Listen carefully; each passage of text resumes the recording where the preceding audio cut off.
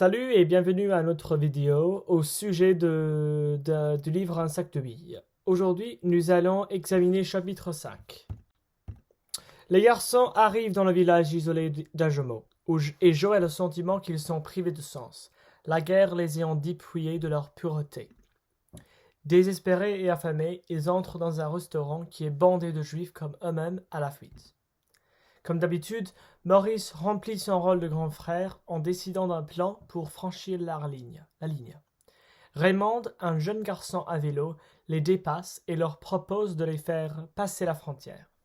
Ils acceptent son offre pour un total de 1000 francs. Cette somme agace Maurice, car il se rend compte qu'il ne leur restera plus beaucoup d'argent, ce qui illustre son côté pratique et réservé.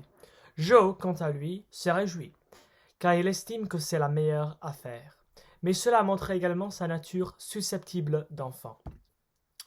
Après avoir passé l'après-midi joyeux dans le village, le duo rencontre une famille juive dans la forêt et l'invite à traverser avec eux. Grâce à l'acte bonté de Raymond, Joe et Maurice parviennent à se faufiler derrière les Allemands pour rejoindre la zone libre. Au début, Joe est frustré, car il s'attendait à ce que franchir la ligne soit plus compliqué, mais il finit par être content. Une fois arrivé à la ferme, le fermier leur dit de dormir dans la paille. Peu après, Maurice s'éloigne et Joe essaie de le retrouver.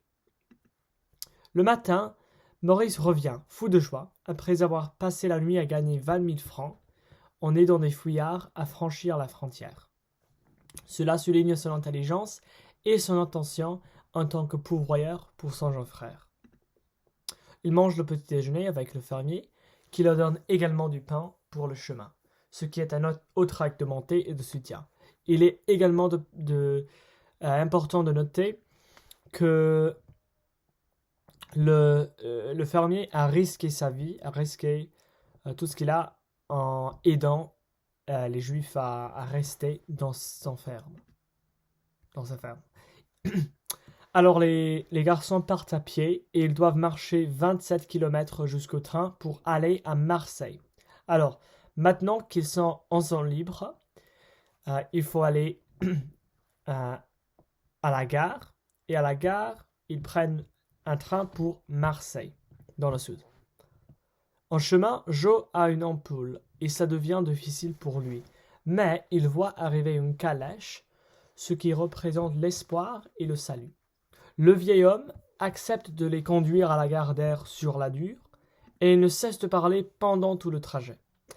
Néanmoins, il s'agit d'un autre exemple de gentillesse de la part d'un inconnu. Alors c'est tout pour chapitre 5.